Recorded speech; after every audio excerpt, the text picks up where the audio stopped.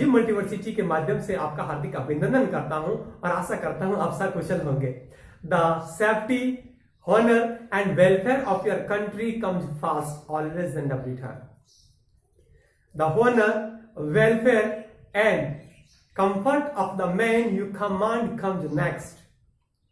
Your is of comfort, welfare and the security comes last, always and every time. These such great words said by Sir Field Marshal Chetwood. यह आज के जीवन की हकीकत है। आज इस हर एक देश का अपने हर एक नागरिक को आह्वान है कि वो अपना उत्तरदायित्व इस देश के प्रति, इस प्रकृति के प्रति निभाए, ताकि आपको वो देश आपको वास्तविक रूप से आपकी समृद्धि प्रदान कर सके। यहां पर आप अपने जीवन में समझें किस तरीके से कोरोना वायरस ने इस जो चकाचौंध भरी दुनिया में या इस शिखर छूती हुई सभ्यताओं को जो तमाचा मारा है और जो परीक्षा का जो क्षण दिया है, अपने आप को परखने का, जिस तरीके से एक विद्यार्थी पूरे वर्ष भर मेहनत करता है और उसको 3 घंटे के अंदर में या 1 घंटे के अंदर में अपना परीक्षण हो जाता है, उसका आकलन हो जाता है और उसको अपनी वास्तविक स्थिति पता चल जाती है। ठीक उसी प्रकार से इतने दिनों की जो सभ्यता ऊपर चढ़ी और यहाँ पर जो कोरोना वायरस ने जो अटैक किया, ये परीक्षा की घड़ी में और हर एक व्यक्ति के अंदर में अपने आप को सोल्जर बनने का जो मौका दिया। हम हमेशा अपने जीवन में सोचते हैं कि सोल्जर अपनी लाइफ कैसे जीता है। दिल से बोलूं, ये सोल्जर की लाइफ का एक्सपीरियंस आपको कह रहा हूं कि सोल्जर की लाइफ कठिन है, कठिन है। लेकिन अगर वो कठिन है, लेकिन आप उसके जिस तरीके से जो गाइडलाइंस मिलती है उस तरीके से जिए तो आनंददायक भी है, आनंददायक भी है। क्योंकि जहां पर आपको कठिनता, जैसे आप गुलाब लेने जाते हैं, आप अगर कांटों से परहेज करो तो आपको गुलाब का आनंद नहीं आएगा। तो सोल्जर की लाइफ उतनी ही कठिन है जितनी उसको आनंद भी प्रदान करती है। आपको बोलूं, अगर जिस तरीके से सोल्जर जिसे अपना रक्षा कवच जो पहनकर अपनी ड्यूटी प्रदान करता है, देता है जिस तरीके से, और वैसा अगर आप जो वेशभूषा है उसका रक्षा कवच आप अगर 1 घंटा पहनकर अगर वास्तविक रूप से वो ड्यूटी अगर प्रदान कर लें तो आपको अगले 24 घंटे या यूं कहूं कि आप अगले 7 दिन तक आप वो खुमारी से निकल जाएंगे कि किस तरीके से 1 घंटा उस ड्रेस के अंदर में रहा जाता है। लेकिन जिस तरीके का युद्ध, जिस तरीके की स्थिति, जिस तरीके की उसको ड्यूटी प्रदान करनी है, उसी तरीके से उसकी वेशभूषा है, उसी तरीके के उसका रक्षा कवच है और उसी तरीके से उसके रक्षा जो गार है, जो आलय है, रक्षा आलय, उसके अंदर में जो उसका शस्त्रागार के अंदर में जिस तरीके से उसके उपकरण रखे हुए उसी तरीके से उसका वो सामना करता है। उनको ले जाकर तो अपने आप को सबसे पहले क्या करता है, वो फिजिकली फिट रखता है, मेंटली फिट रखता है और बीच वाला जो विवेक और प्रज्ञा हमेशा अपने साथ रखता है कि किस तरीके से वो उसको उनका प्रयोग करना है। ऐसा नहीं है कि वो बहुत सामर्थ्यवान है तो वो जाकर किसी से भी लड़ लेगा, नहीं, वो अपने आप के विवेक और प्रज्ञा को हर समय उपयोग करता है। तो आपको इस समय में अपने सोल्जर को पहचानने का मौका दिया है इसने, और हर एक अपने अंदर में वास्तविक रूप से और हर एक अपने कार्य क्षेत्र में आप सोल्जर हैं और आपकी वेशभूषा है और आपके उस जो रक्षा सूत्र है वहां पर आपके अलग अलग प्रकार के उपकरण रखे हुए हैं, शस्त्र रखे हुए हैं और आपको पता है कि उनका कब कब प्रयोग करना है। जैसे डॉक्टर अपना जानता है और जिस तरीके से नर्सें अपना जानती है, जिस तरीके से एक विद्यार्थी अपने टूल्स को पहचानता है, या एक किसान अपने टूल्स को पहचानता है, एक इंजीनियर अपने टूल्स को पहचानता है, ये हर एक जीवन के अलग अलग टूल्स है और उसी तरीके से वो इसके प्रयोग कर रहा है। आज आपको ये कहानी कहूं, ये कहानी है बलिदान की, क्योंकि देश आपसे बलिदान मांगता है और ये कहानी है, ये पूरे विश्व में फेमस है। फेमस क्या कहो कि ये आपके दिल को दहला देने वाली घटना कहो।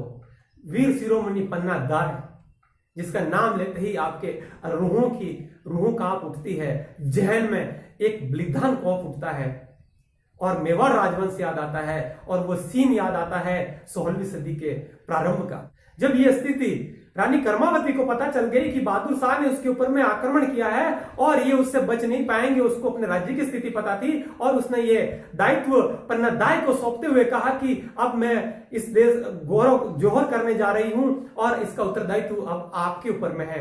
और उसने सदा सदा के लिए जोहर कर दिया और पन्नादाय ने अपने उत्तरदायित्व को समझा, अपने देश के प्रति अपने कर्तव्य, अपने बलिदान को समझा।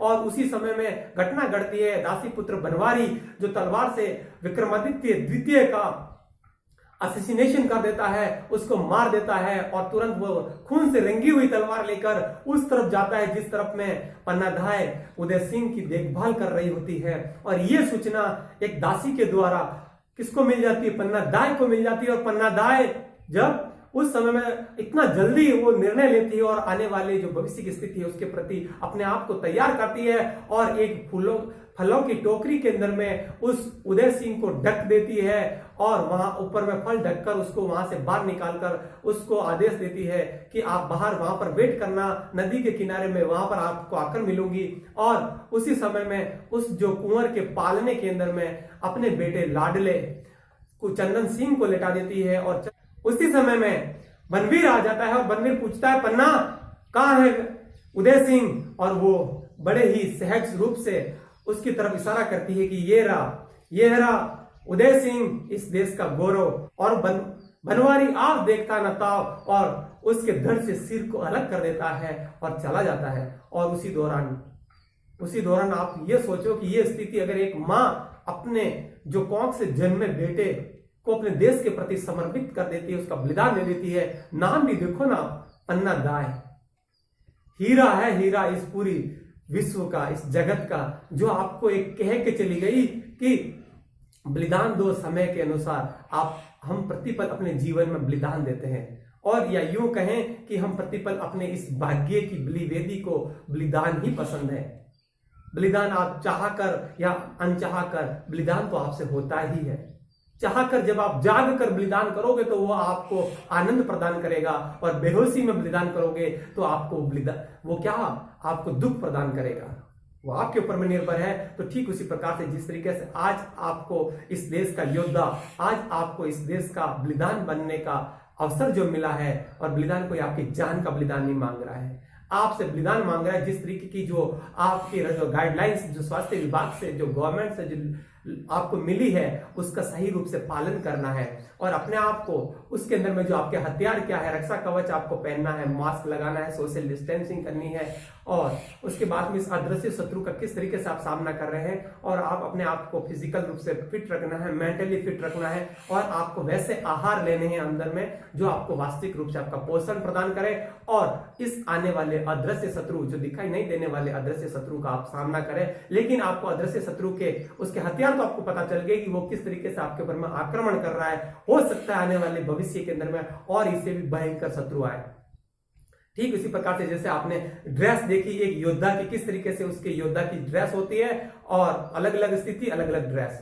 तो इस तरीके आपकी भी आज के समय में जिस प्रकार की स्थिति और उसी प्रकार की आपकी ड्रेस, आपको अपने आप पर निर्णय और उस तरीके से आपको लेना है। और ये जो आपको गौरव मिला इस देश को बचाने का, इस देश के प्रति आपको एक वास्तविक रूप से सैनिक बनने का, और इसके प्रति आपको आगे आकर सेवा करने का। और यहाँ पर आज आप देख रहे हैं पूरे जीवन में कई प्रकार की नर्सें, कई प्रकार के डॉक्टर, या हर प्रकार का किसान, सभी प्रकार के कार्य क्षेत्र में हर एक अपना योद्धा बना हुआ है। बस जरूरत क्या है, अपने उस छिपे हुए अंदर में योद्धा को जगाने की। जिस तरीके से शिक्षक भी योद्धा बना हुआ है अपने बच्चों को सही तरीके से मार्गदर्शन देने की।